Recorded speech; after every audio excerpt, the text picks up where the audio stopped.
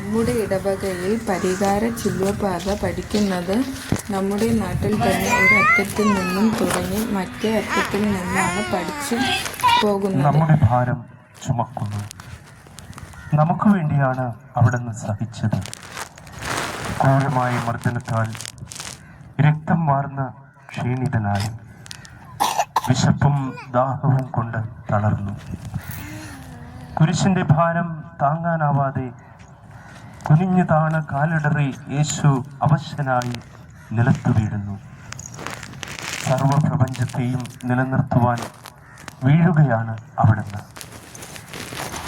ഇവിടെ ഇതാ ദൈവപുത്രൻ നിലത്ത് പൂഴിയിൽ അമരുന്നു. വീഴ്ച എന്നുള്ളത് ശാരീരികമായ പതനം മാത്രമല്ല, നമ്മുടെയൊക്കെ ശക്തിയുടെ പരിമിതികളെ സ്വതന്ത്രമായും ആത്മാർത്ഥമായും അംഗീകരിക്കുകയും കീഴ്പ്പെടുത്തുവാൻ കഴിയാത്ത സാഹചര്യങ്ങളുടെ മുൻപിൽ കീഴടങ്ങുവാൻ നമ്മെ നിർബന്ധിക്കുകയും ചെയ്യുന്ന അനുഭവമാണ് വീഴ്ച. നോക്കുക, യേശുനാഥൻ ഏറിയ കുലത്ത് വീണപ്പോൾ അവിടെ തന്നെ തൻ്റെ ലക്ഷ്യം പൂർത്തീകരിക്കുവാൻ അവിടുന്ന് സ്വയം എഴുന്നേൽക്കുവാനായിട്ട് ശ്രമിക്കുകയാണ്. നമ്മുടെ ജീവിതത്തിലും ധാരാളം വീഴ്ചകളുണ്ട്. പ്രശ്നമുഖരിതമായ അന്തരീക്ഷത്തിൽ മാനസികമായും ശാരീരികമായും നാം വീണു പോകുന്നു. നമ്മുടെ ആശ്രയം ആരോടാണ് എന്നതാണ് ചോദ്യം.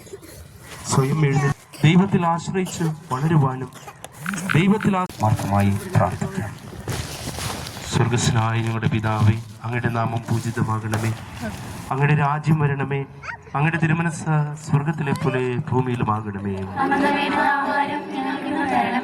ഞങ്ങളോട് തെറ്റ് ചെയ്യുന്നവരോട് ഞങ്ങൾ ക്ഷമിക്കുന്നത് പോലെ ഞങ്ങളുടെ തെറ്റുകൾ ഞങ്ങളോട് ക്ഷമിക്കണമേ. ഞങ്ങളെ പ്രലോഭനത്തിൽ ഉൾപ്പെടുത്തരുതേ, തിന്മയിൽ നിന്ന് ഞങ്ങളെ രക്ഷിക്കണമേ. നന്മ നിറഞ്ഞ മറിയമേ, സ്വസ്തി, കർത്താവ് അങ്ങയുടെ കൂടെ സ്ത്രീകളിൽ അങ്ങ് അനുഗ്രഹിക്കപ്പെട്ടവളാകുന്നു. അങ്ങയുടെ ഉദരത്തിൻ ഫലമായി ഈശോ അനുഗ്രഹിക്കപ്പെട്ടവനാകുന്നു.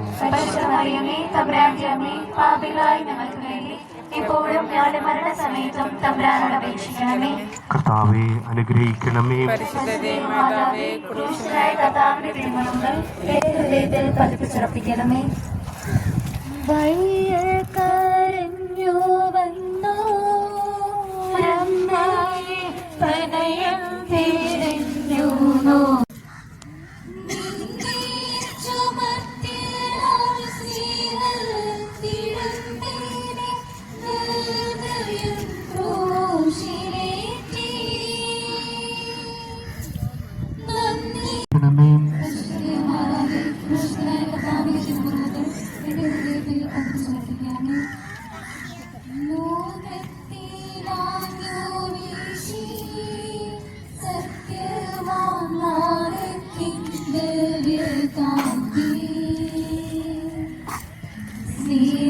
തീരങ്ങി